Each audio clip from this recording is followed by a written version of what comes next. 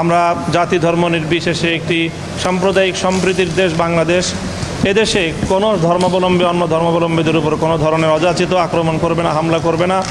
কাজে এই অরাজকতার সুযোগ নিয়ে বা এই বিশৃঙ্খলার এবং এই বর্তমান রাজনৈতিক পট পরিবর্তনের সুযোগ নিয়ে কেউ যেন সেই ধরনের কোনো পদক্ষেপ গ্রহণ করতে না পারে, সেজন্য আমরা বিশেষভাবে সকল দেশবাসীকে আহ্বান জানাচ্ছি।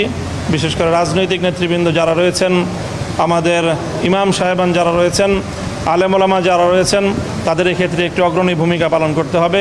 সেই জন্য আমরা দেশবাসীর প্রতি, আলেম সমাজের প্রতি বিশেষভাবে জানাবো যে সংখ্যালঘু এবং বিশেষ করে আইনশৃঙ্খলা রক্ষাকারী বাহিনী, পুলিশ সহ অন্যান্যদের এবং রাষ্ট্রীয় সকল স্থাপনাগুলো যেন নিরাপদ থাকে, সেজন্য আপনারা পদক্ষেপ গ্রহণ করবেন। আর শুরুতেই আমাদের প্রধানমন্ত্রী তিনি পদত্যাগ করেছেন, সেই পদত্যাগপত্র মাননীয় মহামান্য রাষ্ট্রপতি গ্রহণ করেছেন বলে আমাদেরকে তিনি জানিয়েছেন এবং আশ্বস্ত করেছেন। এবং এই মুহূর্তে মহামান্য রাষ্ট্রপতির নেতৃত্বে বাংলাদেশ পরিচালিত হচ্ছে। পরবর্তী পদক্ষেপ ইনশাল্লাহ তাড়াতাড়ি গ্রহণ করুন তারা। এই মোটামুটি আজকে আমাদের আলোচনা।